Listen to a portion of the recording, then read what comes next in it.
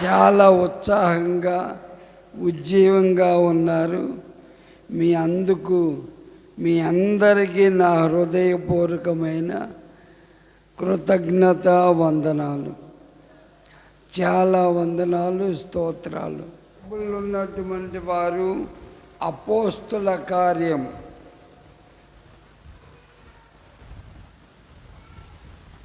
11వ అధ్యాయం 22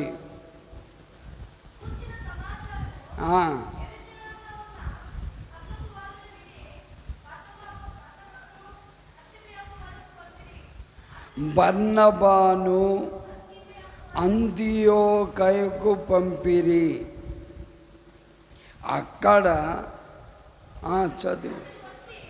అక్కడకు వచ్చి దేవుని కృపను చూచి సంతోషించి ప్రభువును స్థిరమైన హృదయముతో హత్తుకొనవలెనని అందరినీ హెచ్చరించెను. చాలు. ప్రభువును స్థిరమైన హృదయముతో హత్తుకొనవలెనని హెచ్చరిక. అపోస్తుడైన పౌలు గారి యొక్క ప్రియమైన కుమారుడు పౌలు గారు రాస్తున్నాడు, అంతియోకయలో ఉన్న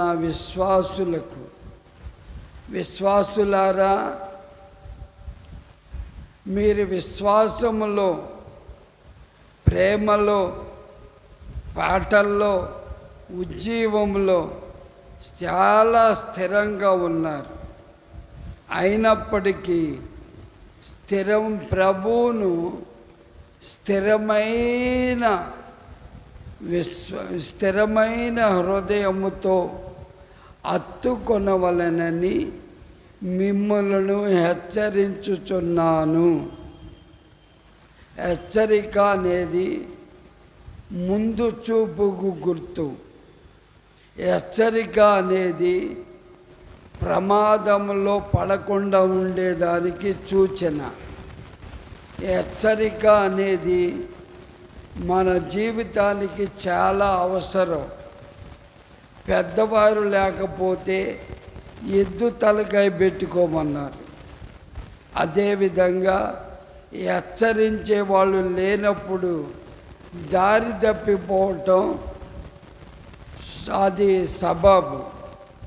అందుకనే పెద్దవారు హెచ్చరించినప్పుడు హృదయపూర్వకంగా దానిని అవలంబించాలి. బైబిల్లో రాయబడింది, ప్రభువును స్థిరమైన హృదయముతో హత్తుకోవాలి. చాలామంది క్రిస్మస్ వస్తే హత్తుకుంటారు. ఆ నెల రోజులు, ఈస్టర్ పండగప్పుడు, ఆదివారం అప్పుడు, ఎవరన్నా చనిపోయినప్పుడు హత్తుకుంటారు. ఆ రోజున విడదీయలేనంతగా హత్తుకుంటారు. బైబిల్లో రాయబడింది, స్థిరమైన హృదయము అన్నిటికంటే మోసకరమైనది. దానిని గ్రహించగలిగిన వాడు ఎవ్వడూ లేడు. దేవుడు ఒక్కడే గ్రహించేది. కనుక హృదయము గుడికొచ్చేటప్పుడు ఒకలాగా, గుడికి బయలుదేరేటప్పుడు ఒకలాగా, గుడి నుంచి బయటికి వెళ్ళిన తర్వాత ఒకలాగా ఉంటుంది. అందుకని మీ హృదయము స్థిరముగా ఉంటే, స్థిరము అనేది విశ్వాసికి చాలా ప్రాముఖ్యమైనది. చాలామంది సేవకులు కూడా ఇక్కడ నచ్చలేదనుకో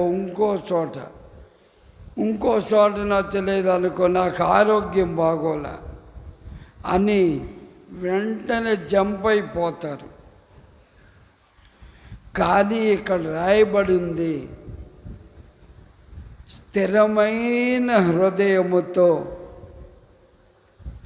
హత్తుకొనవలెనని. హత్తుకోవటం చేతన్ చేన్ తోడన్ తోన్ అని చెప్పి చాలామంది యేసుతో ఉండటానికి ఇష్టపడతారు, కానీ యేసును హత్తుకోరు. చాలామంది యేసు ప్రభు పేరు చెప్పుకోవటానికి, ఆయన అవసరాలు తీర్చుకోవటానికి ఉపయోగపడతారు, కానీ స్థిరంగా ఉండలేరు. ఈ గుడి ఒకసారి, పక్క గుడి ఒకసారి, వాళ్ళకి నచ్చిన గుడి ఒకసారి, ఇంకో సంఘంలో కొన్నాళ్ళు స్థిరంగా ఉండలేరు. అందుకే ప్రభు చెప్పాడు, నీ వ్యాపారమైన, నీ విశ్వాసైనా, నీ యొక్క జీవితమైన స్థిరమైన హృదయముతో హత్తుకొనవలెనని ప్రభు హెచ్చరిస్తూ ఉన్నాడు. ఈ హెచ్చరిక ఈరోజు మీకు కూడా ఆనవాయితీగా మార్చబడునుగాక. ఆమేన్. మీలో చాలామంది స్థిరంగా లేరు, వచ్చిపోయేవాళ్ళుగా, చాలామంది పేరు చెప్పుకునేవాళ్ళుగా, చాలామంది ఓసన్నా అని పేరు చెప్పుకొని బ్రతికే వాళ్ళుగా ఉన్నారు. పేరుకి మాత్రమే. అందుకనే ప్రభు చెబుతున్నాడు, స్థిరమైన హృదయముతో, స్థిరమైన మనస్సుతో దేవునిని హత్తుకోవాలి. అందుకని నీ జీవితంలో, నా జీవితంలో కూడా స్థిరము అనేది అంతము వరకు, ఎన్ని తెగుళ్ళు వచ్చినా, ఎన్ని బాధలు వచ్చినా రావని నేను చెప్పను. ఎన్ని కష్టాలు వచ్చినా దేవుని మందిరాన్ని విడువక ప్రేమించే వారిని ఆయన ప్రేమించునుగాక. ఆమేన్. స్థిరం లేని వాడిగా ఉంటే మీరు ఫలించరు. కాయలు కాయో, కాపు మానిపోద్ది. అందుకని స్థిరపడితే ఎన్నో విధాలుగా నిన్ను అనేకులకు ఫలభరితంగా మార్చునుగాక. ఆమేన్. కనుక ఎన్ని పోరాటాలు వచ్చినా, ఎన్ని అపజయాలు వచ్చినా, పౌలు గారు చెబుతాడు రోమా సంఘానికి, క్రీస్తు ప్రేమ నుండి నన్ను ఎవడు ఎడబాపును, శ్రమ అయినను, చదవండి ఆ వాక్యాన్ని, శ్రమ అయినను, బాధ అయినను,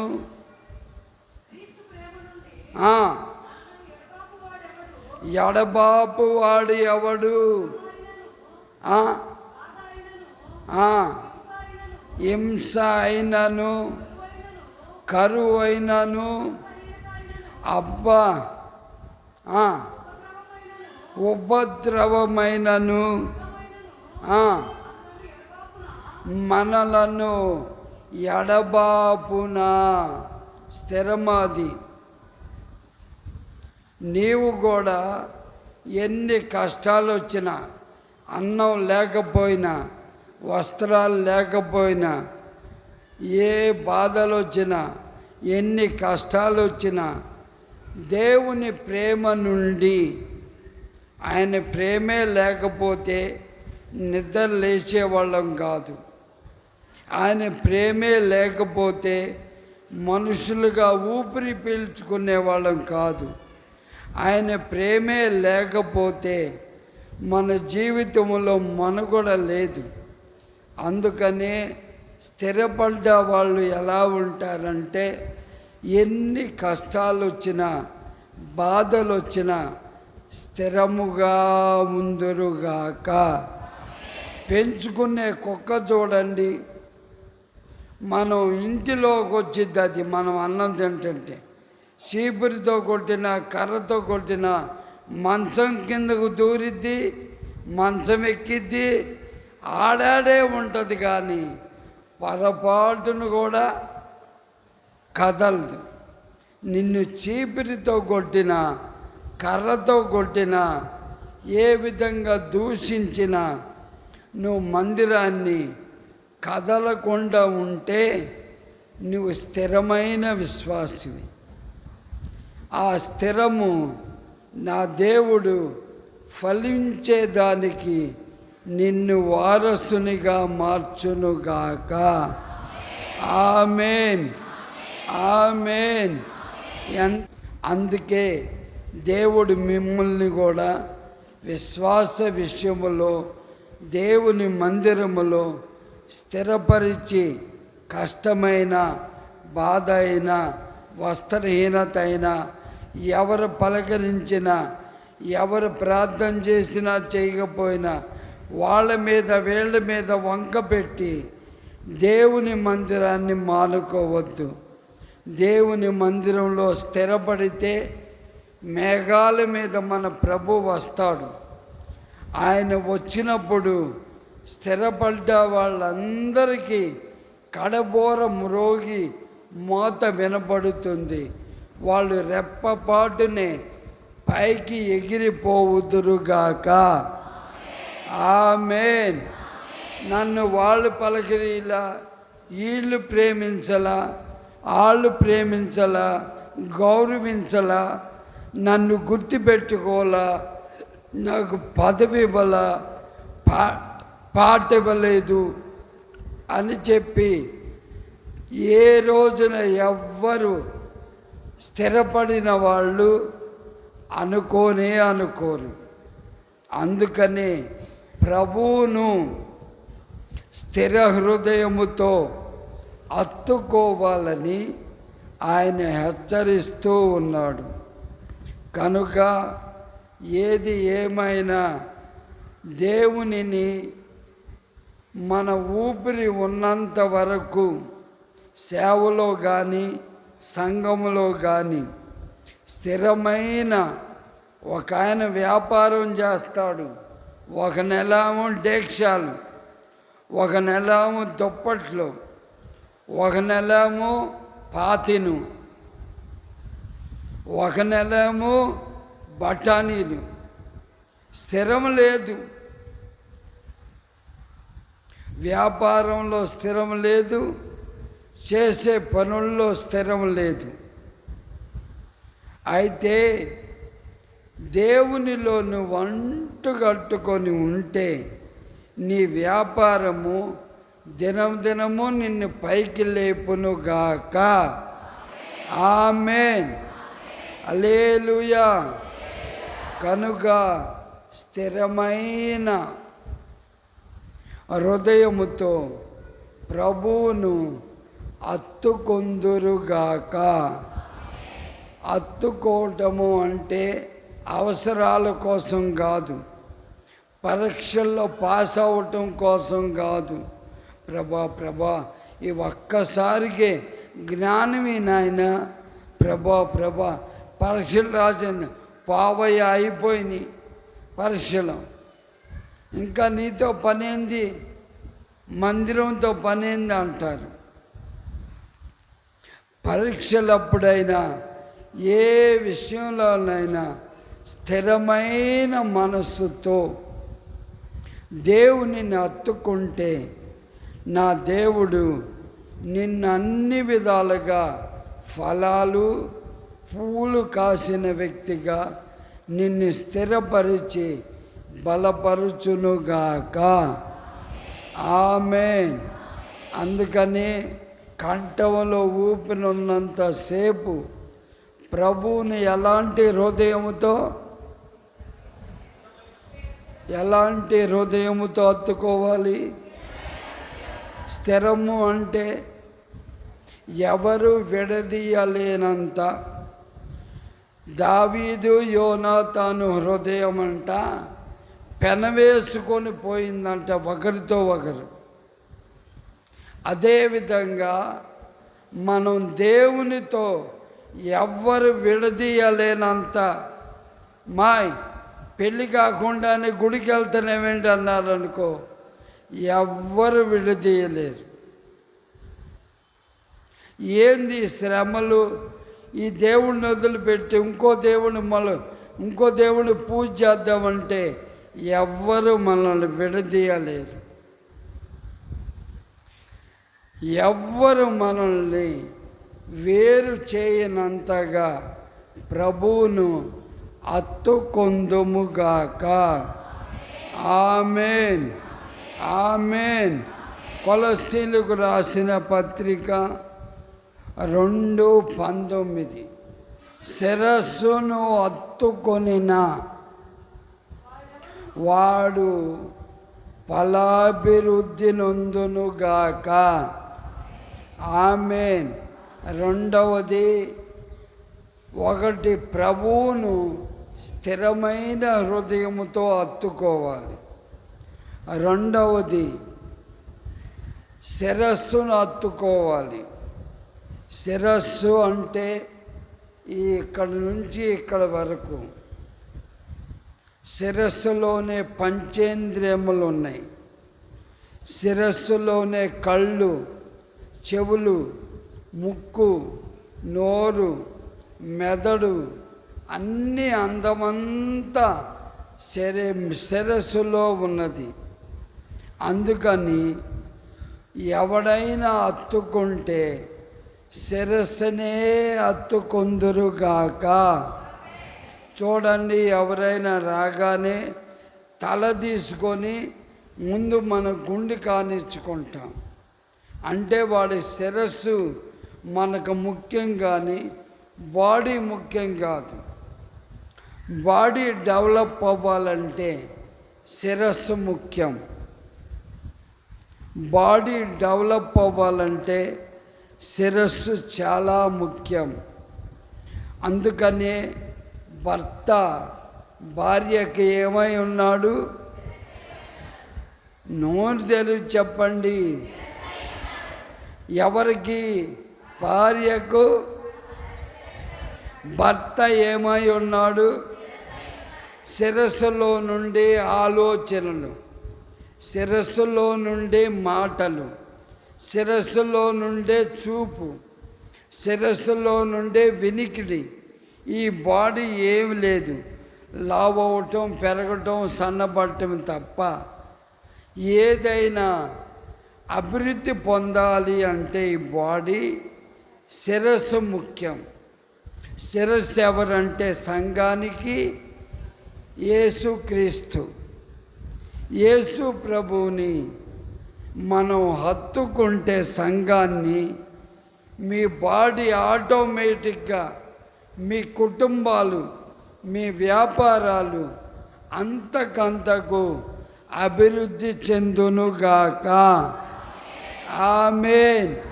మీరు అభివృద్ధి చెందాలంటే శిరస్సైన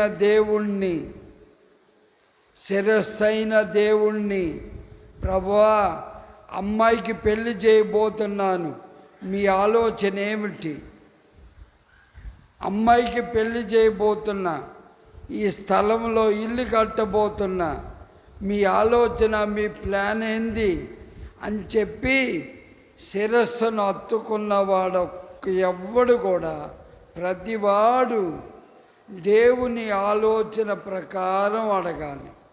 అందుకనే మోషేతో దేవుడు అన్నాడు, మోషే, నీ చేతిలో ఉన్న కర్రను తలకిందులు చేయి.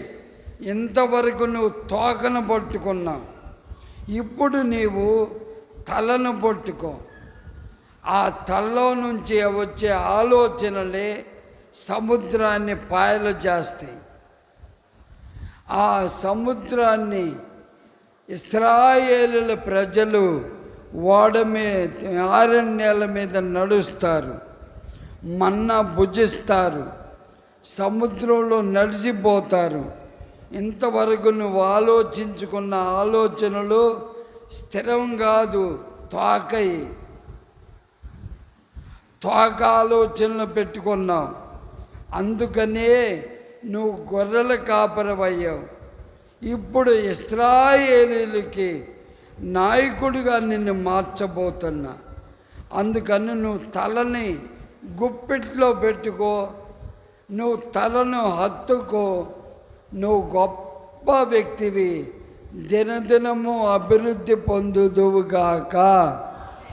ఎవరో ఇంటి పక్కోళ్ళు, మామలు, బావలు, తమ్ముళ్ళు చెప్పారని చెప్పి ఒక ఆమె ఏం పర్వాలేదులే డబ్బులు ఇచ్చే అందంట.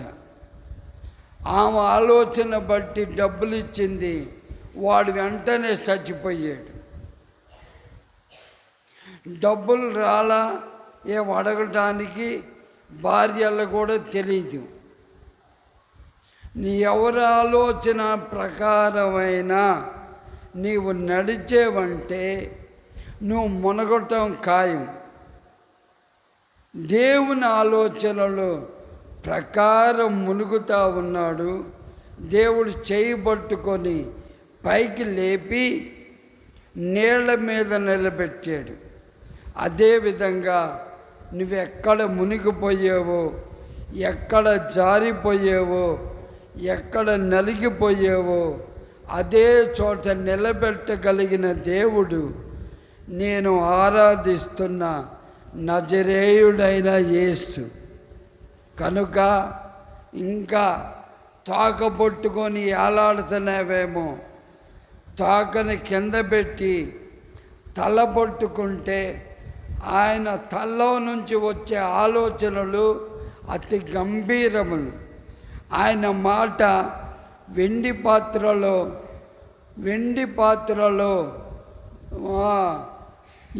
బంగారు పోత వంటిది. ఆయన చూపు వర్ణించలేం, దయగల చూపు. ఆయన వింటే మన ప్రార్థన వెంటనే చెవి యొగ్గి నీ ప్రార్థన వింటాడు. తల కావాలా, మొండెం కావాలా? ఏంది అర్థం కాలేదు మీకు? తల కావాలా, మొండెం కావాలా? తల కావాలి అంటే ఇప్పుడు తలకాయ కొట్టి మీకు పులుసు పెట్టాలా? కాదు. శిరస్సు లేకుండా ముండానికి విలువ లేదు. భర్త లేకుండా భార్యానికి విలువ లేదు. ఆడు కుంటోడైనా గుడ్డోడైనా భర్తే. శిరస్సుగా ఉంటే భార్య ఎక్కడికి వెళ్ళినా చలాయించుకొని రాగలదు. అందుకని శిరస్సును హత్తుకొని ఉంటే నీ ఇల్లు బాగుపడుతుంది, నీ సంఘం బాగుపడుతుంది. దేవుని బలిపీఠం దగ్గరకు వచ్చి ఏదైనా సమస్య ఉంటే, ప్రభువా మీ ఆలోచన కొరకు వచ్చాను, నా అమ్మాయి పెళ్లి చూపులకి వెళ్దామంటున్నారు, అబ్బాయి పెళ్లి చూపులకి మీరు చెప్పండి అయ్యా అన్నామనుకో, దేవుడు సన్నటి మాటతో నీకు కబురు ఇస్తాడు, జవాబిస్తాడు. ఆయన చల్లని చూపు నీ మీద పడుతుంది. ఎలాగో తెలుసా? 85% కరోనా వచ్చింది నాకు. ఇంకొక పాయింట్ ఉంటే చచ్చిపోయేవాడిని.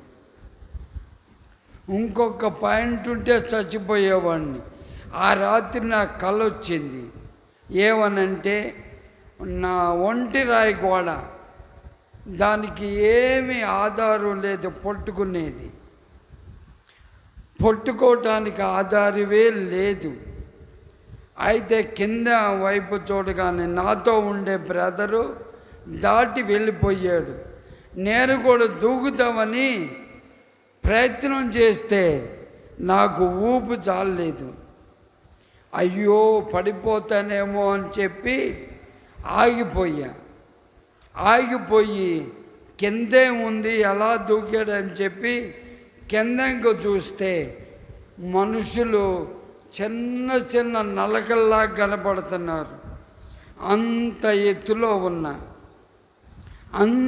ఎత్తులో ఉన్న నేను తెల్లవారులేసి మా అక్కోళ్ళతో అన్నోళ్ళతో చెప్పేశా, అమ్మా ఎవరికో ప్రమాదం జరగబోతుంది, ప్రార్థన చేయండి పడిపోకుండా అని చెప్పా. ప్రార్థన చేశారు. మధ్యాహ్నానికి నాకు చలి, జ్వరం, దగ్గు వచ్చేసింది. విపరీతమైన దగ్గు. అది నాకే వచ్చింది చూపించాడు దేవుడు. అప్పుడు నేను హాస్పిటల్కి వెళ్తే ఏమి బెడ్డలు లేవు, పడుకోవటానికి, నిన్ను చేర్చుకోవటానికి అవకాశం లేదు. అదిగో ఆడ పడిపోయి ఉన్నారు, కొంతమంది చచ్చిపోతున్నారు, కొంతమంది బతుకుతున్నారు. నువ్వు కూడా అంతే, నిన్ను చేర్చుకోలేము, బెడ్ మంచాలు ఖాళీగా లేవన్నారు. ఈలోపు ఒక ఆయన చచ్చిపోయాడు. ఆ బెడ్ నాకు ఇచ్చారు. నాకు ఇస్తే ఇటుపక్క ఉన్న వాళ్ళందరూ చనిపోతున్నారు. చనిపోతుంటే తర్వాత నేనేనేమో అని చెప్పి మనసులో ప్రార్థన చేసుకుంటా ఉన్నా. డాక్టర్ గారు వచ్చి చెప్పాడు, నువ్వేడో నక్కను దొక్కేవు, ఈ రాత్రి కానీ గడిచింది కనుక నువ్వు బాగుపడిపోయావు. ఇక నిన్ను ఐసీలో తీసి జనరల్ వార్డుకు మారుస్తున్నామని చెప్పాడు. అప్పటికి 5 రోజులు, ఒక 2 రోజులు అబ్జర్వేషన్లో పెట్టారు. తర్వాత నన్ను ఇంటికి మందిరానికి పంపించారు.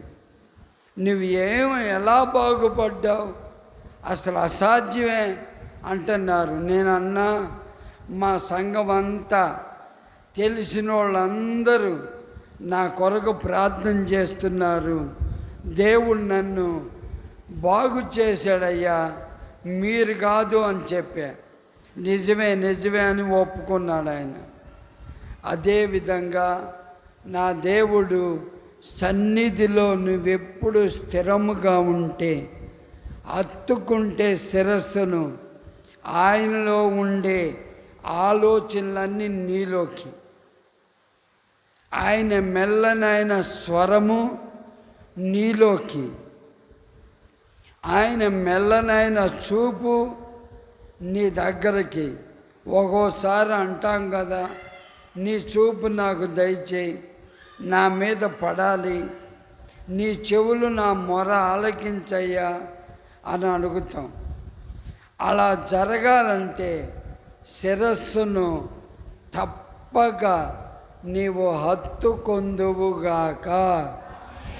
ఆమేన్, ఆమేన్. కనుకనే ప్రియులారా, శిరస్సు లేకుండా, దేవుడు లేకుండా మనం నీవైనా నేనైనా మొండెము. శిరస్సు ఒక్కడే. ఆయన్ని హత్తుకోవటం వల్లనే సంఘం ఇంత పెద్దదైంది. అటున్నది ఇటు మారింది. ఇక్కడ ఒక బాగుండాలి, అది కూడా పూడ్చబడింది. ఎంత మారిపోయిందో అంత సంతోషమైపోయింది. కనుక నా జీవితంలో శిరస్సును హత్తుకొని జయ జీవితం పొందుదుముగాక. ఆమేన్.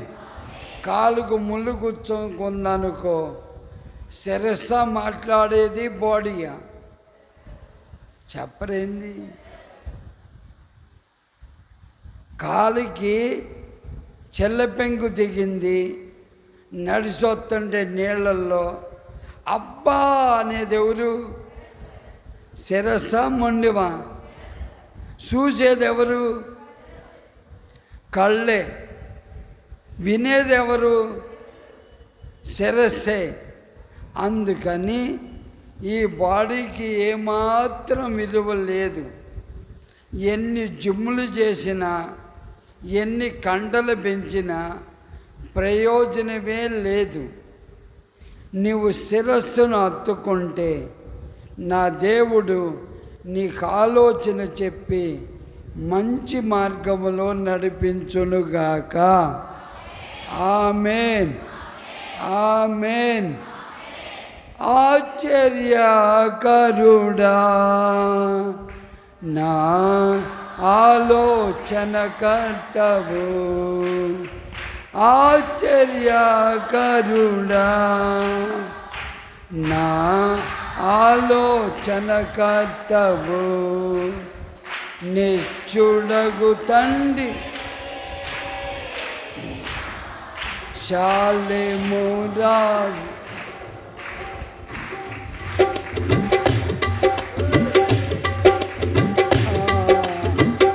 శాలేము రాజువు ఆశ్చర్యకరుడా నా ఆలోచనకర్తవు, నిత్తుడగు తండ్రివి నా శాలేము రాజువు, నిత్తుడగు తండ్రివి నా శాలేము రాజువు. సింహపు పిల్లలైనా కొదువగలిగి ఆకలి గొనినా, సింహపు పిల్లలైనా కొదువగలిగి ఆకలి గొనినా, నీ పిల్లలు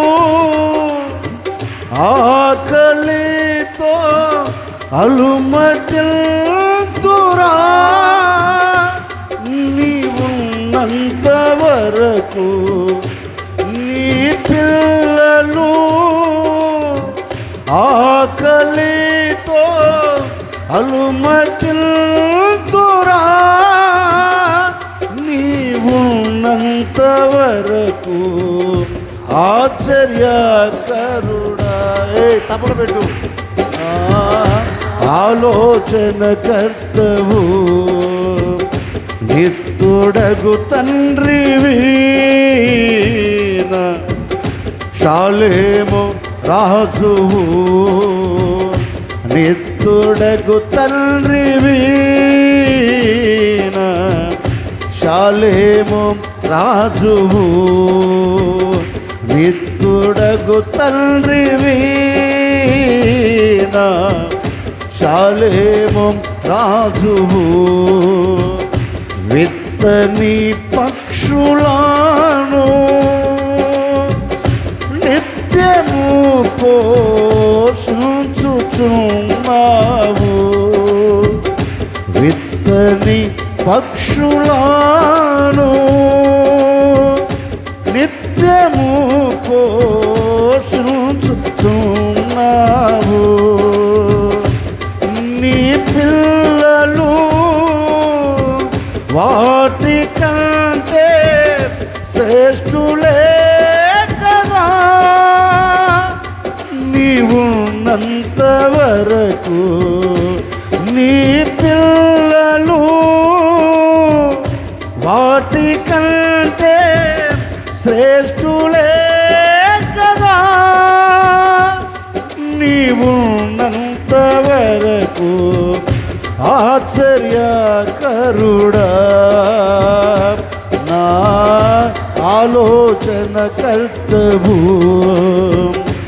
ఆశ్చర్యకరుడా నా ఆలోచనకర్తవు, నిత్తుడగు తండ్రివి నా శాలేము రాజువు, నిత్తుడగు తండ్రివి నా శాలేము రాజువు, చీకటి తొలగే నీతి సూర్యుడు నాలో ఉదయించే చీకటి తొలగే నీతి సూర్యుడు నాలో ఉదయించే నీ సాక్షిగా వెలుగుమయమై తేజరిల్లదను నీవున్నంత వరకు నీ సాక్షిగా వెలుగుమయమై తేజరిల్లదను నీవున్నంత వరకు ఆశ్చర్యకరుడా నా ఆలోచన కర్తవు నిత్తుడగు తండ్రివి నా శాలేము రాజువు. ఆమేన్. హల్లెలూయా, హల్లెలూయా. ఎవరిని హత్తుకోవాలి? ఒకటి, స్థిరమైన హృదయముతో ప్రభువుని. రెండవది, శిరస్సున కాల్న శిరస్సును హత్తుకొందుముగాక. ఇప్పుడు కూర ఉడికిందా లేదా తెలియాలంటే కాలుకి రాస్తామా చేతికి రాస్తామా? శిరస్సుకేనా?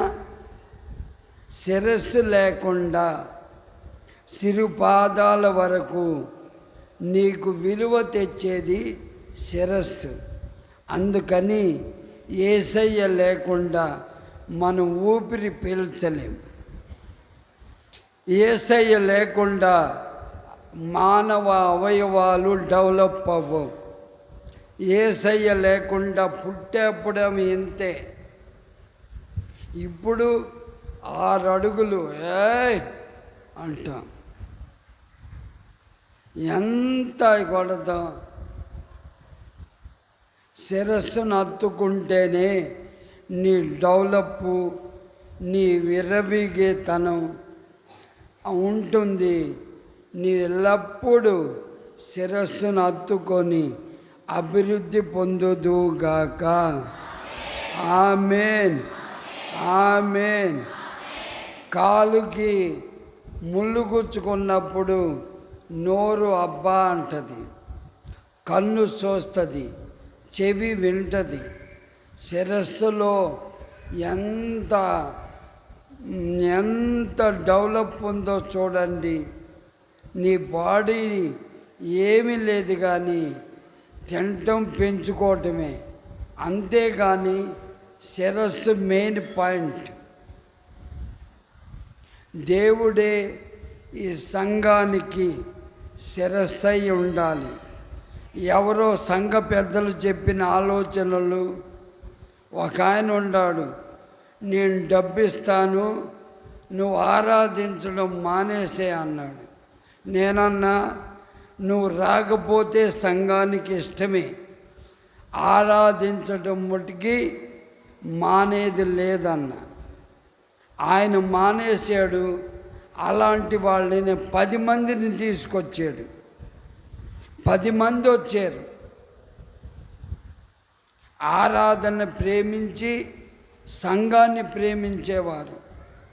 అందుకనే ఈ సూళ్ళూరిపేటలో ఎవరైనా సొంత ఆలోచన చెప్పుకొని సొంత ఆలోచన పెంచుకొని దేవుని మందిరంలో ఉల్లాసంగా ఉందామనుకుంటే అది ఎన్నడూ చెల్లదు.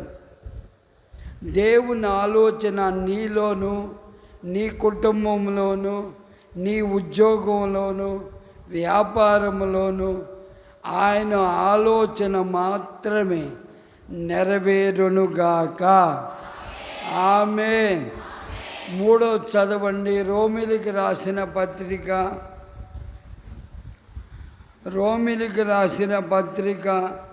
12వ అధ్యాయం 12వ అధ్యాయం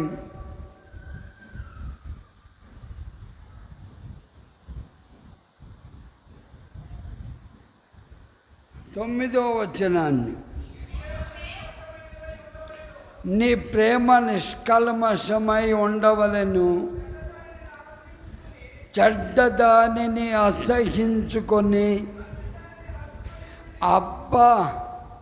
చెడ్డదానిని అసహించుకొని మంచి దానితో మిళితమై ఉండుడి. అందుకని యేసయ్య చెప్పాడు, నేను వ్యవసాయకుడను, నాలో ఫలింపని ప్రతి తీగను బాగా పెరిగి వేస్తాను. ఏదైనా ఉందనుకో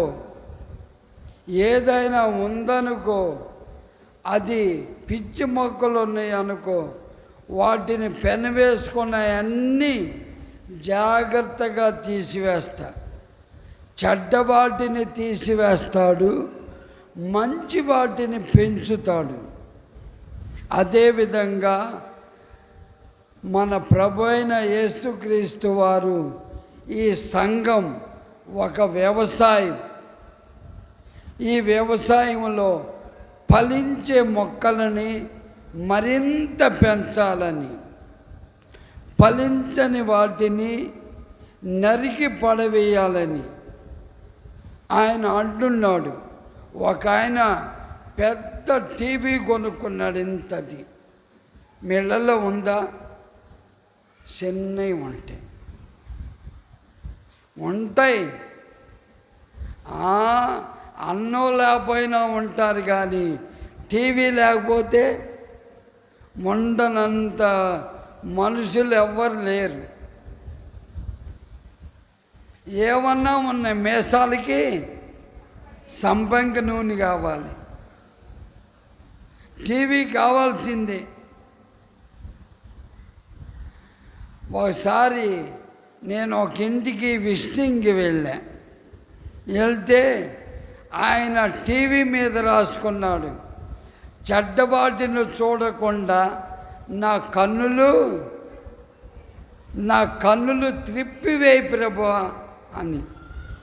నేనన్నాను, చెడ్డవి మంచివని దీనిలో ఎట్టా తెలుస్తుంది అన్నా. నీ కన్నులు చెడ్డవి వచ్చినప్పుడు చూడకుండా, మంచి వచ్చినప్పుడు నోరు తెరుచుకో. అమ్మో, అన్ని నీళ్ళ నోరు తెరుచుకొని ఉంటారు. అదేవిధంగా చెడ్డది ఈ లోకంలో చాలా ఉన్నాయి. సెల్ ఫోన్ ఒక చెడ్డది కాదనుకో, మంచి ఉంది, చెడు ఉంది. టీవీ ఒక చెడు ఉంది, మంచి ఉంది. కానీ చెడ్డదానిని అసహించుకొని మంచి వాటిని హత్తుకోవాలి. మన ప్రభు అయిన యేసుక్రీస్తు వారు కూడా చెడ్డవాటికి దూరంగా ఉండి మంచి వాటిని నీవు హత్తుకుంటే, నా ప్రభు అయిన యేసుక్రీస్తు వారి దగ్గర నువ్వు దినదినాభివృద్ధి పొందుదుగాక. ఆమేన్. ఎక్కడేసిన గుంగలు అక్కడే, ఎప్పుడు అదే ఇల్లు, అదే కంచం, అదే మంచం, అదే ఇల్లు, మారదు. కొంతమంది ఉన్నారు విశ్వాసులు, వెనకొచ్చిన వాళ్ళు యేసు ప్రభుని ఇట్లా అద్దుకుంటారు. ఇట్లా అత్తుకొని వాళ్ళు బిల్డింగ్ మీద బిల్డింగ్ లేపుతారు, పొలాల మీద పొలాలు కొంటారు. ఒక ఆయన నన్ను అడిగాడు, పాస్టర్ గారు, మొన్నే మందిరం ఓపెన్ చేసావు, ఈలోపు ఇంకో స్థలం కొన్నావు, ఏడు తెస్తున్నావు డబ్బులు అన్నాడు. నీ మీద దావా వేయాలంటే నేను చెప్పా, నేను యేసుతో పెనవేసుకొని ఉన్నా, నేను యేసుతో పెనవేసుకొని ఉన్నాను కనుక సంఘం రోజు రోజుకు డెవలప్ అయింది. వేరే స్థలం కూడా 95 అంకణాల స్థలం కొన్నాం మొన్న వారంలోనే. అందరు చుట్టుపక్కల వాళ్ళందరూ ఏడన్నా పాతరేసేవా ఏంది, ఏడన్నా దాసేవా ఏమి అంటారు. ఏడ దాయలేదు. సంఘంలోనే ఒక వ్యక్తి లేచి, అన్నా మీరు స్థలం కొనండి, నాది పూజ అన్నాడు. ఒకే ఒక వ్యక్తి. 95 అంకణాలు, 15.5 సెంట్లు. మనకు వేరే బ్రాంచి వెంకటాచలంలో మనకు మందిరం లేదు, ఆడ మందిరం కొన్నాం. దేవుడే మహిమ పొందునుగాక. ఆమేన్. కనుక మంచి దానిని ఎప్పుడు చెడ్డది అనుకుంటే దానికి దూరంగా ఉండాలి. నిద్ర, తిండి దొరికిందంటే చాలు ఆడే ఇక రౌండ్ కొడతాం. యేసన్న గారు మాకు చెప్పేవాడు ఏమనంటే 3 F'ల్లో కరెక్ట్గా ఉంటే వాడు స్థిరమైన సేవకుడు రానివాడు. Proud, financial, female, FFF, female, finance, తర్వాత ప్రౌడ్, గర్వం రాకూడదు. గర్వము పడిపోవటానికి ముందు నడుస్తుంది. ఆ గర్వము ఎప్పుడు మనలో ఉండకూడదు. ఆ 3 విషయాల్లో కరెక్ట్గా ఉంటే వాడిని ఎవ్వడు కదిలించలేడు, వాడు స్థిరముగా ఉండునుగాక అని చెప్పాడు. అదేవిధంగా మీలో కూడా అలాంటి గర్వం, ఆ విధమైన ప్రౌడ్నెస్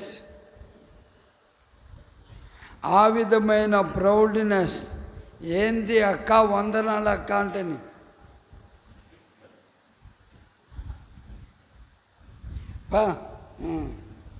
నీకు వందనాలు ఏమన్నా నెట్టేసేది, ఆమెకు చెప్పేది అక్క అక్క అక్క అక్క ప్రైజ్లో అక్క. మొహం చింతపండు పులుసు రాకుండా, చింతపండు పులుసే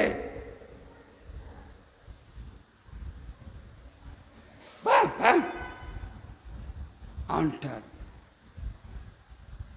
ఏది చెడ్డది, ఏది మంచిది, ఆమె కానికిస్తే తీసుకోవటమేమో మంచిది, ఆమెను ద్వేషించడమేమో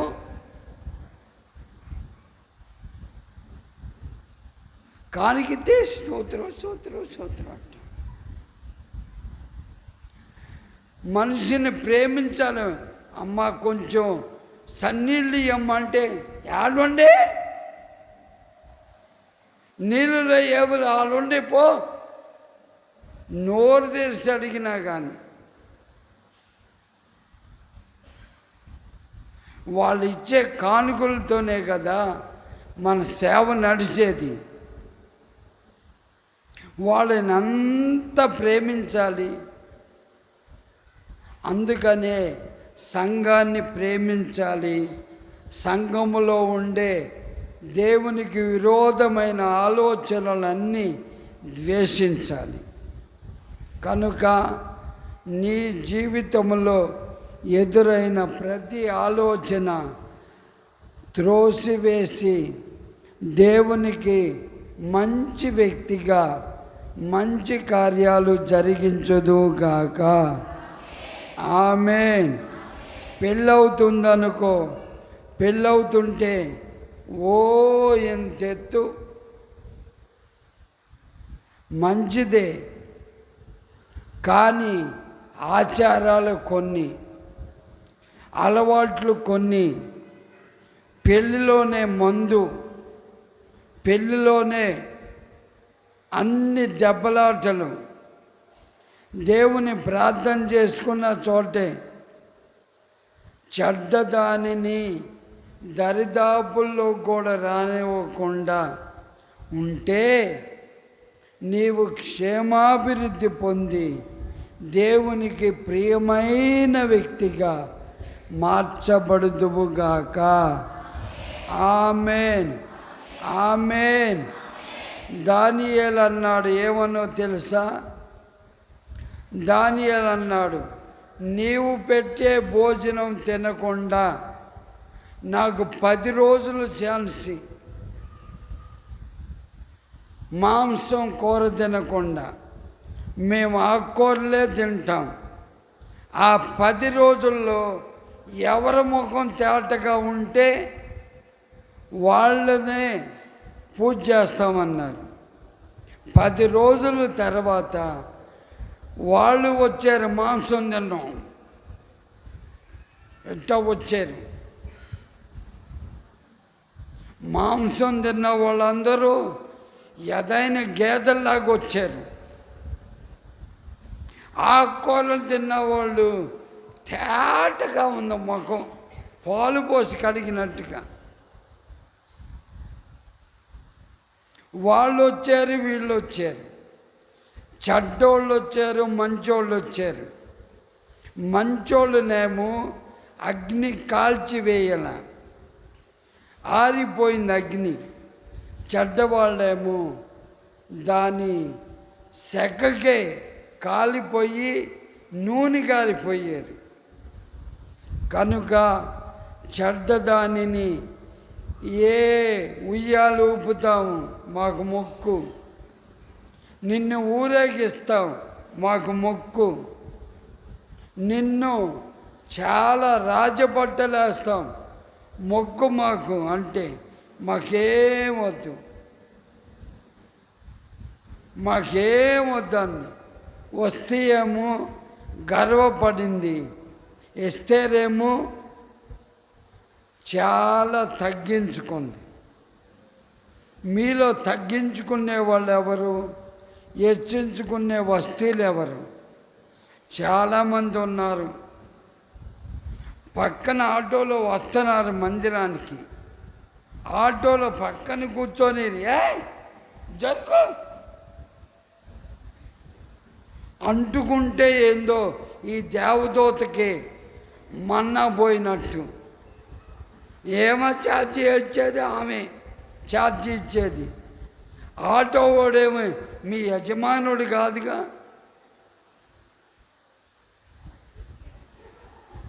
అట్లా చూస్తుంది.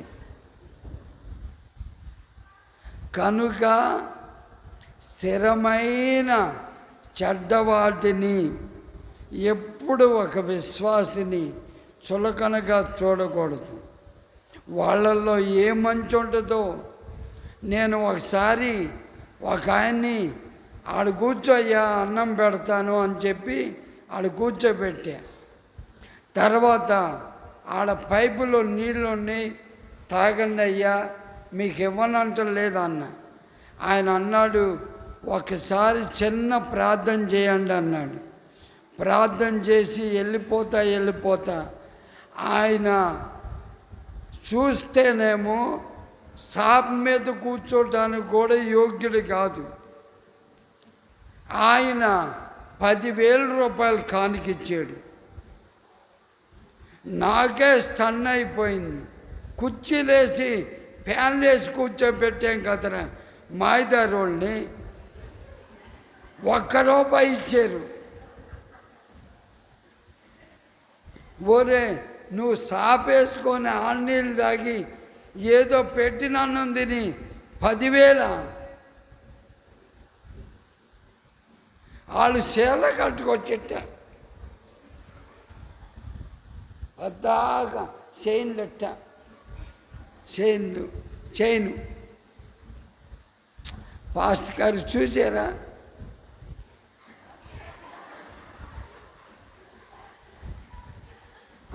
ఎంత బడాయో బిల్డప్, ఉంగరాలు చూపిను, చేలు చూపిను, పెద్ద కట్టుకున్న బట్టలు ఇట్ట. కానీ వాడుని చిన్న చూపు చూశానని తర్వాత బాధపడి అతను ఇచ్చిన కానుక దేవుని కొంచండి అయ్యా, మీరు సమర్పించుకొని సేవ చేస్తున్నారు, నా పేరట ఏదన్నా కొనండి అన్నాడు. ప్రేమించాలి ఎలాంటి వాళ్ళనైనా. ఎవరిలో ఏముందో తెలీదు, ఎవరిలో ఏముందో. ప్రేమించమంటే కుక్క బుద్ధిని తీసుకొచ్చి టేబుల్ వేయమని కాదు.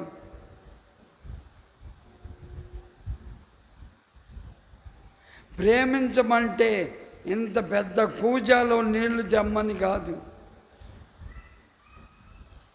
ఈ ప్రేమ అంటే ప్రేమ అంతే. నువ్వు ఆడ కూర్చో, నేను కూర్చుంటా. దేవుడు మిమ్మల్ని, మీ కుటుంబాల్ని మంచివారుగా మార్చునుగాక. ఆమేన్. ఎవరిని చిన్న చూపు చూడకుండా దేవుడు మిమ్మల్ని భద్రపరచునుగాక. ఆమేన్. కీర్తన గ్రంథం 119వ అధ్యాయం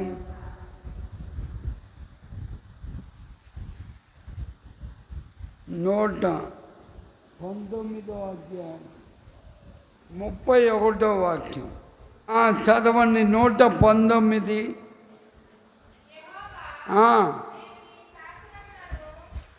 నేను నీ శాసనములను బైబిల్లో రాయబడింది. సిగ్గు అనేది నీకు కలుగుతుంది అంటే నువ్వు వాక్యాన్ని హత్తుకోలే. దేవా, నేను నీ శాసనములు అంటే దేవుని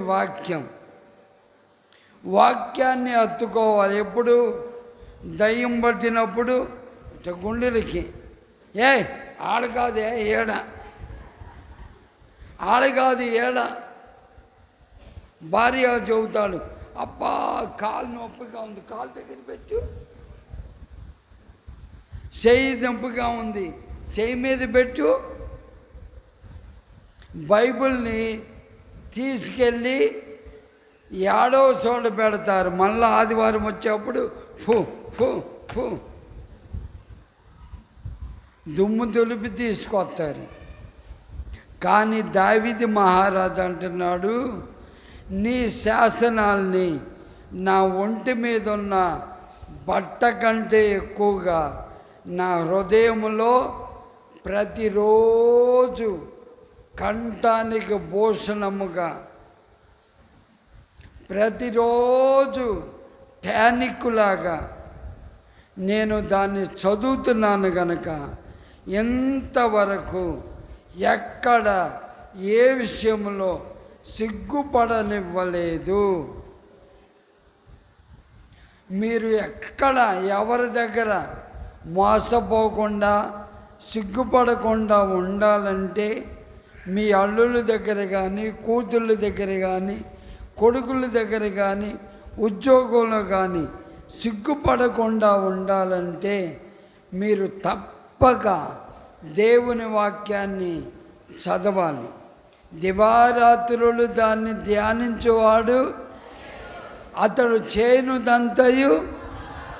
అబ్బా ఇంకేమండి, చేసేదంతా సిగ్గు కలగదంట, సఫలమే. చేసేదంతా సఫలమవ్వాలంటే మనం దేవుని వాక్యాన్ని రోజుకొక పాత నిబంధన ఒక అధ్యాయం, కొత్త నిబంధన ఒక అధ్యాయం. నాకు బ్రెయిన్ అది వచ్చినప్పుడు నుంచి, బ్రెయిన్లో దెబ్బ తగిలినప్పటి నుంచి కాలు చేయి పడిపోతే మొట్టమొదట నేను బైబిల్ దగ్గరికి రానిలా. ఆ బైబిల్ని చదివే ఇంత వచ్చింది జబ్బు అని చెప్పి బైబిల్ రాని ఇలా దగ్గరికి ఆ రోజు రాత్రి నిద్రపోతున్నాను. బైబిల్ని నువ్వు దూరంగా పెట్టినంతసేపు మంచంలోనే ఉంటావు. నీ ఇష్టం, మంచంలో ఉంటావా తిరుగుతావా అని అడుగుతున్నాడు ఒక రైతు నన్ను. నేనన్నా బైబిల్ని నేను పొద్దునే కదా వద్దన్నాను, తల దగ్గర పెడుతుంటే ఈయనెవరు ఎట్లా అన్నాడని చెప్పి రే బైబిల్ తీసుకురా అన్న. బైబిల్ తీసుకొచ్చిన తర్వాత నా కనురెప్పలు మూత పడిపోతూ ఉన్నాయి. కనురెప్పలకి ఇట్లా స్టిక్కర్ వేసి పైన కింద నేను చూసేటట్టుగా ఇట్లా స్టిక్కర్ వేసి హాస్పిటల్లో స్టిక్కర్ వేసి దవడ కొట్టి బైబిల్ చదివించారు. బలవంతం పెట్టి చదివించారు. బైబిల్ చదవటం ప్రారంభించాను. కొద్దిగా వెంటనే నన్ను డిశ్చార్జ్ చేసి జనరల్ వార్డులు వేసారు. చప్పలు కొట్టండి.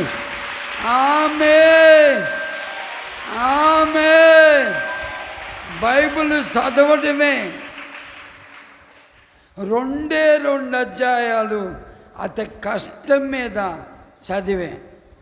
అయితే పవర్ నాలోకి వచ్చేసింది. దేవుని మహిమ ప్రభావం నాలోకి వచ్చింది. వెంటనే నన్ను బయటికి పంపించారు. లేకుంటే దేవుని వాక్యం లేకపోతే చనిపోయేవాడిని. ఎన్ని మందులున్నా ఎంత వైద్యం ఉన్నా. అందరూ అనుకున్నారు 2 రోజుల వరకు చెప్పలేమనుకున్నారు. చెప్పలేమని డాక్టర్లు అన్నారు. నేను ఆ రాత్రే మాట్లాడటం చూడటం ప్రారంభించా. ఉదయాన్నే అనౌన్స్మెంట్ చేశారు, ఆ అబ్బాయికి ఏమి ప్రమాదం లేదు, బాగుపడ్డాడు అని చెప్పి. దేవుని స్తోత్రం, హల్లెలూయా.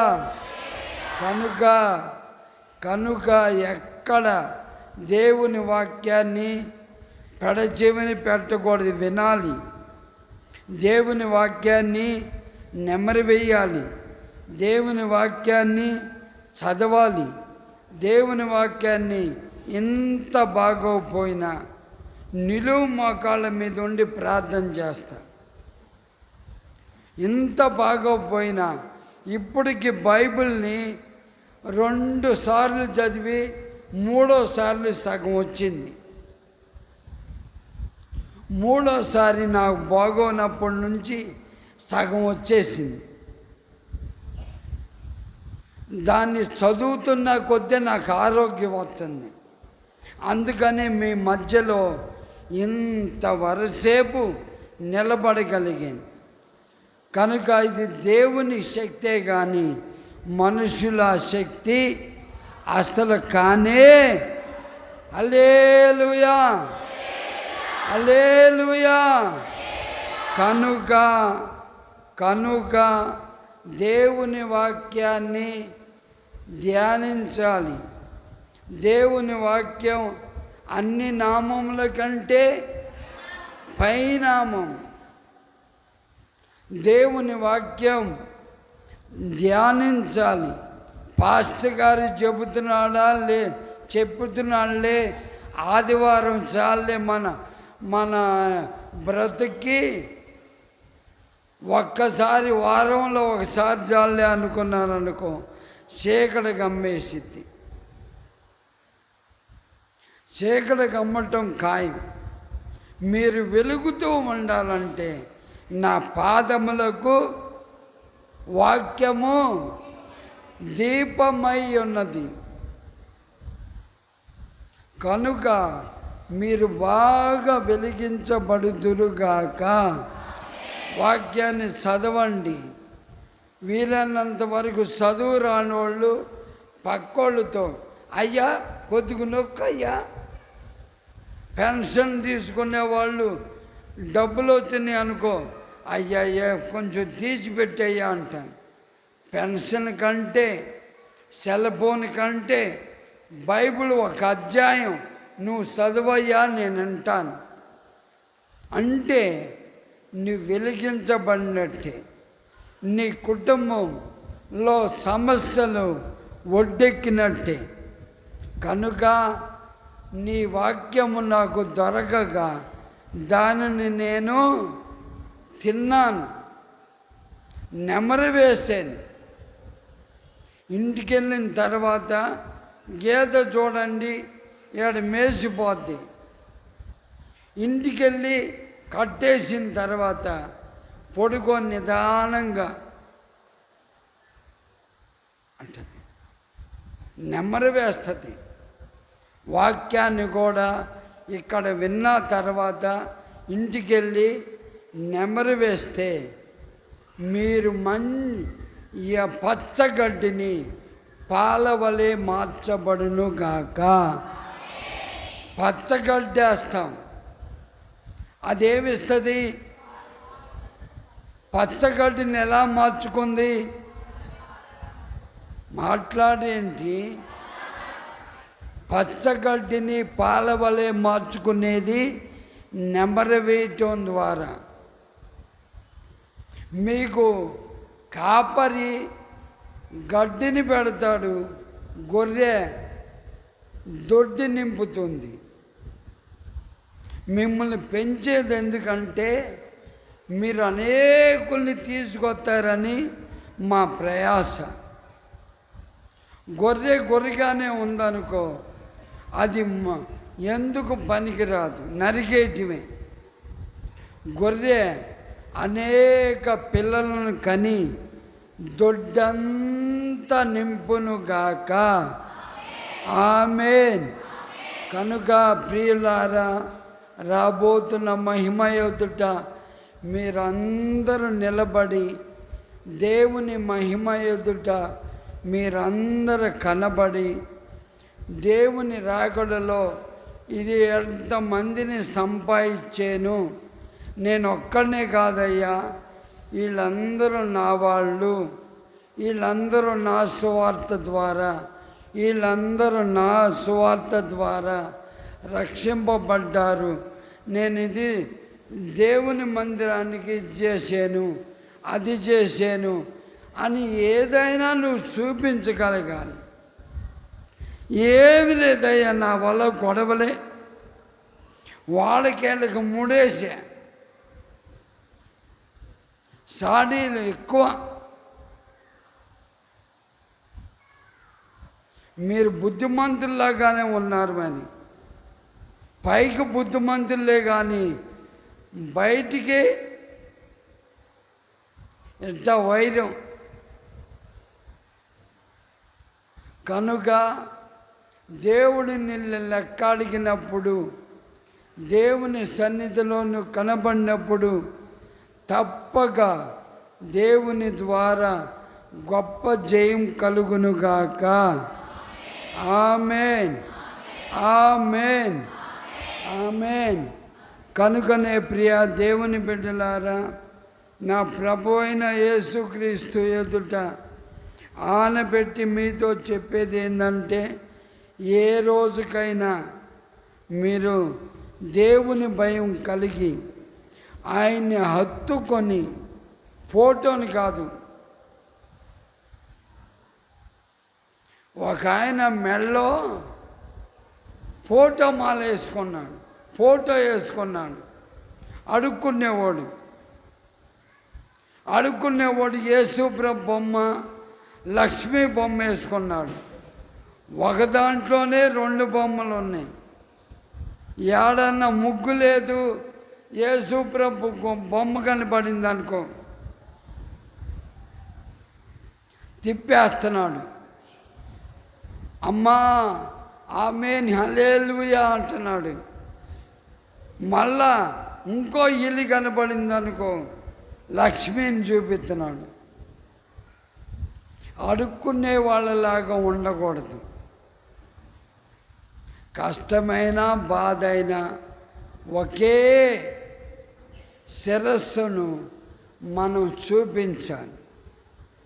ఒకసారి ఏమైందో తెలుసా? ఒక బావ బామ్మర్ది ఉన్నారు. బామ్మర్ది. బావా, నన్ను అందరూ తొక్కుతున్నారు, నా మీద తూకమని వస్తున్నారు. నా బతుకేమో అన్నీ ఊపించుకునేటట్టు చెప్పులు ఇడిచేవాడికి అయింది.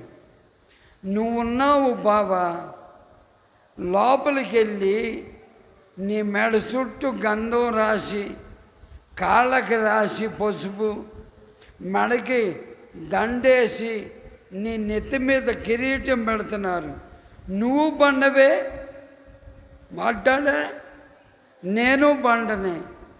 నా మీద ఎందుకు వస్తున్నారు? నిన్నెందుకు దండం పెట్టుకుంటున్నారట? కొబ్బరికాయ తెచ్చి టపామని కొడుతున్నారు. నా మీద ఏమో చెప్పులు ఎడుతున్నారు. ఇద్దరం బంటలమేగా. ఎందుకని అనంటే లోపలున్న బాబా వీడితో చెబుతున్నాడు, ఒరే బాబా, ఒరే మావా, నువ్వు నీ మీద చెప్పులు ఇవ్వటానికి కారణం, నా మీద పూలదండలు వేయటానికి కారణం, పాలు పోయటానికి కారణం, శిల్పి చెక్కుతున్నప్పుడు నువ్వు దెబ్బలకు ఓర్చుకోలేక ఇరిగిపోయావు. నేనైతే ఎన్ని దెబ్బలు శిల్పి చేతిలో శిల్పంగా మారిపోయా. శిల్పి చేతిలో శిల్పంగా మారిపోయా. ఆయన ఎట్లా తయారు చేయాలనుకున్నాడో అలా తయారయ్యా. నన్ను తెచ్చాము, గుళ్ళో పెట్టాడు. నువ్వేమో గుడి బయట బండలాగానే ఉన్నావు. బండకు విలువ, దేవతకి విలువ చెప్పండి.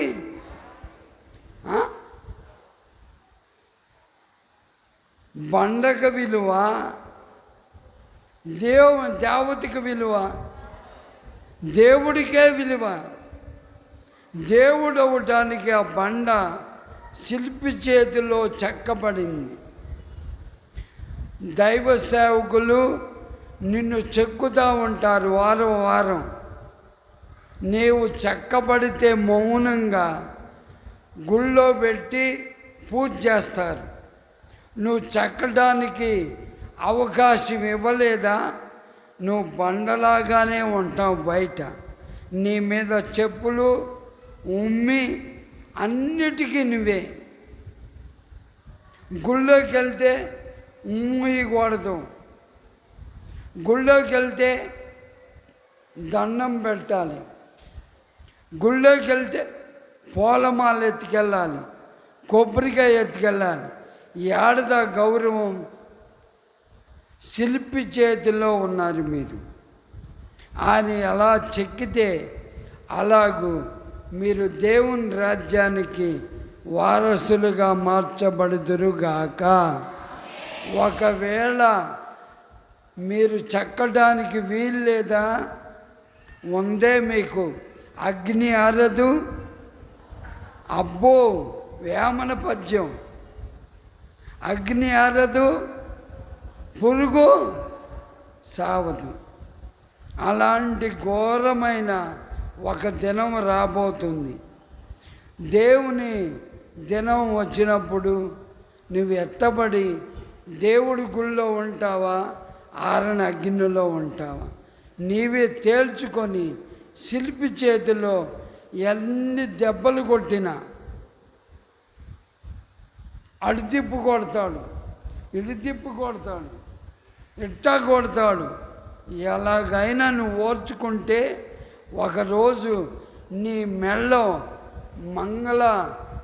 మంగళహారం ఉంటుంది. ఒకరోజు నీ మెళ్ళో ఎంత ఉంటుందో తెలుసా? వాళ్ళ ఇంటిలో ఉన్నదల్లా తీసుకొచ్చి నిన్నేస్తారు.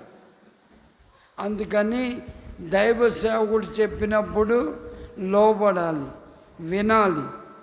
దైవ సేవకుడు నిన్ను చెక్కుతున్నప్పుడు నువ్వు చెక్కాలి. అబ్బా నన్ను పాస్టర్ గారే పిలిచాడు, అబ్బా పిల్లనే పిలిచాడు అని ఉప్పొంగకూడదు. చెక్కాలి.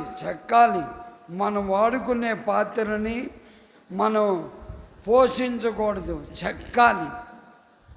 అలా చెక్కబడితే రాబోయే మహిమ ఎదుట నీవు కూడా వాడబడుదువుగాక. ఆమేన్. అందరూ తలలు వంచండి, ప్రార్థన చేసుకుందాం. అందరూ తలలు వంచండి, ప్రార్థన చేసుకుందాం. కుర్చీల్లో కూర్చున్న వాళ్ళు కాసేపు నిలబడండి. స్తోత్రం. పురుషులు కూడా స్తోత్రం. అందరూ నిలువు మోకాళ్ళ మీద వాళ్ళగా ఎవరు పడద్దు. స్తోత్రం. నిన్ను చెక్కడానికి నువ్వు ఇష్టపడితే దేవుని మహిమను చూస్తావు. దేవా నన్ను చెక్కండి అయ్యా, దేవా నిన్ను హత్తుకుంటానయ్యా, దేవా నీ శిరస్సును హత్తుకుంటానయ్యా అని అందరూ నోరు తెరిచి ప్రార్థన చేయండి. ప్రార్థన. స్తోత్రం.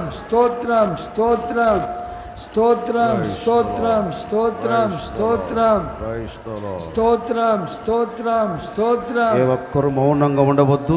చివరి క్షణములో మనం నిలిచి ఉన్నాం. అందరూ నోరు తెరవాలి. అందరూ నోరు తెరచి నోరు తెరవాలి. నోరున్న వాళ్ళందరూ, నాకు నోరు లేకపోయినా దేవుడిచ్చిన నోరు. స్తోత్రం.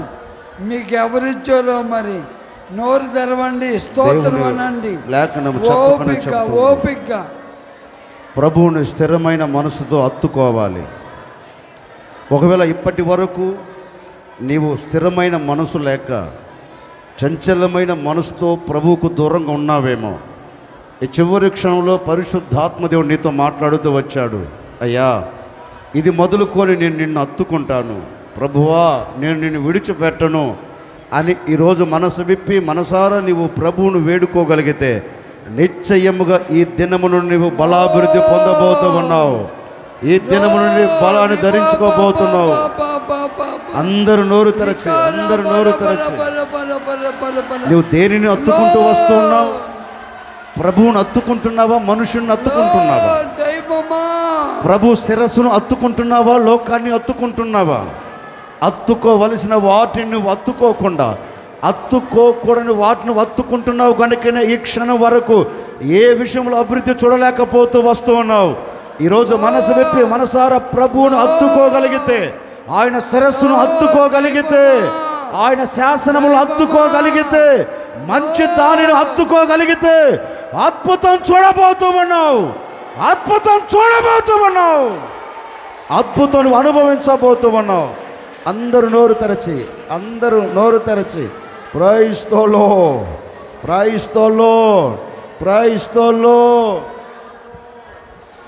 నీ కుడి హస్తం హత్తుకొని ఉన్నది, నీ ఎడమ చేయిన తల క్రిందనున్నది.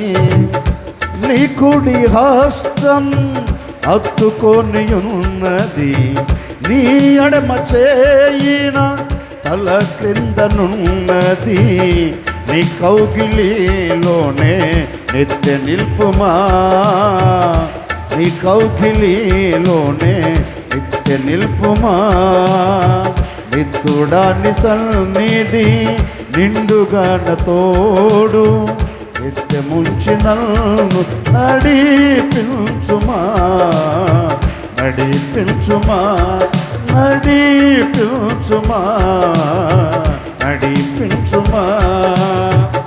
నీ సన్నిధిలో నా హృదయమును నిల్లవలే కుమ్మరించునట్లు, నీ సన్నిధిలో నా హృదయమును నిల్లవలే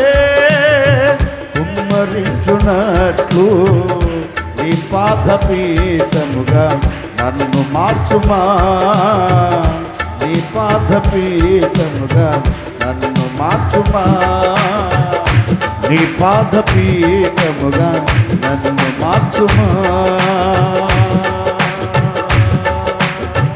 నీ పాదపీఠముగా నన్ను మార్చుమా. నిత్యుడాని సన్నిధి నిండుగా నోడు ఎత్తు ముంచిన నడిపించయ్యా, నడిపించయ్యా. నీ కుడి హస్తం హత్తుకొని ఉన్న యేసయ్యతో చెబుదామా, యేసయ్యతో చెబుదామా. నీ కుడి హస్తం హత్తుకొని ఉన్నది, నీ ఎడమ చేయిన తల క్రిందనున్నది, నీ కౌగిలిలోనే నిత్య నిల్పుమావే, నీ కౌగిలిలోనే నిత్య నిల్పుమా, నీ కౌగిలిలోనే నిత్య నిల్పుమా. నీ సముఖములో కాలుచున్న రాళ్ళవలె నీ మనసు నందు నన్ను తాళంచితివా, నీ చిత్తమే నాలో నెరవేర్చులో, నీ చిత్తమే నాలో నెరవేర్చుమా, నీ చిత్తమే నాలో నెరవేర్చుమా. యేసయ్యా యేసయ్యా యేసయ్యా యేసయ్యా యేసయ్యా రావయ్యా, నమరా వినవయ్యా, నీ చిత్తమే నాలో నెరవేర్చుమా, నీ చిత్తమే నాలో నెరవేర్చుమా, నీ చిత్తమే నాలో నెరవేర్చుమా, నీ చిత్తమే నాలో నెరవేర్చుమా, నీ చిత్తమే నాలో నెరవేర్చుమా. యేసయ్యా యేసయ్యా యేసయ్యా యేసయ్యా యేసయ్యా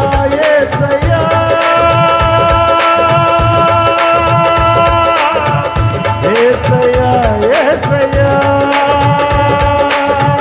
యేసయ్యా యేసయ్యా యేసయ్యా యేసయ్యా ఆరాధన నీవయ్యా, ఆనందము యేసయ్యా, ఆరాధన నీవయ్యా, ఆనందము యేసయ్యా, ఆరాధన నీవయ్యా, ఆనందము యేసయ్యా, ఆరాధన నీవయ్యా, ఆనందము యేసయ్యా, ఆరాధన నీవయ్యా, ఆనందము యేసయ్యా, ఆరాధన నీవయ్యా, ఆనందము యేసయ్యా, ఆరాధన నీవయ్యా, ఆనందము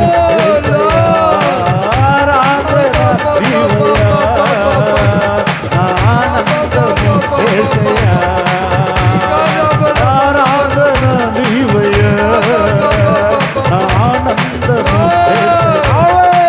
యేసయ్యా, ఆరాధన నీవయ్యా, ఆనందము యేసయ్యా, ఆనందము యేసయ్యా, ఆరాధన నీవయ్యా, ఆరాధన నీవయ్యా.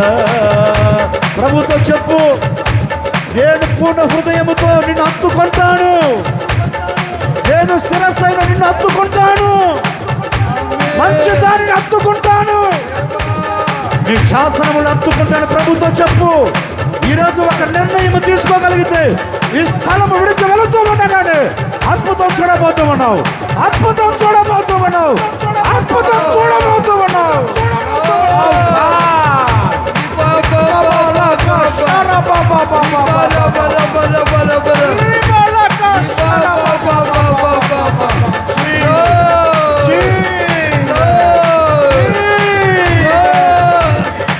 ఆరాధన నీవయ్యా, ఆనందము యేసయ్యా. యేసు రక్తము, ప్రభు యేసు రక్తము, యేసు రక్తము, ప్రభు యేసు రక్తము, యేసు రక్తం, రక్తం రక్తం రక్తం, యేసు రక్తము, అమూల్యమైన రక్తము, యేసు రక్తము, అమూల్యమైన రక్తము, యేసు రక్తము, అమూల్యమైన రక్తము, యేసు రక్తము, యేసు రక్తము,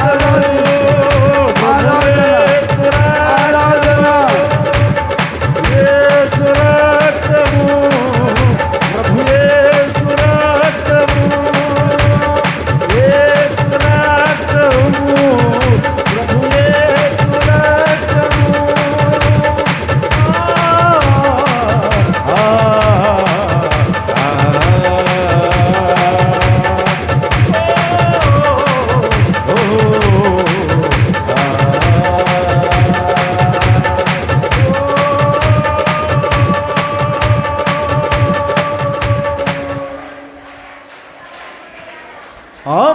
అమూల్యమైన రక్తము, యేసు రక్తము.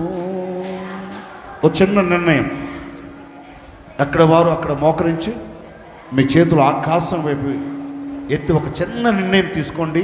మేము కూడా మీ కొరకు ఒక చిన్న ప్రార్థన చేయబోతూ ఉన్నాం.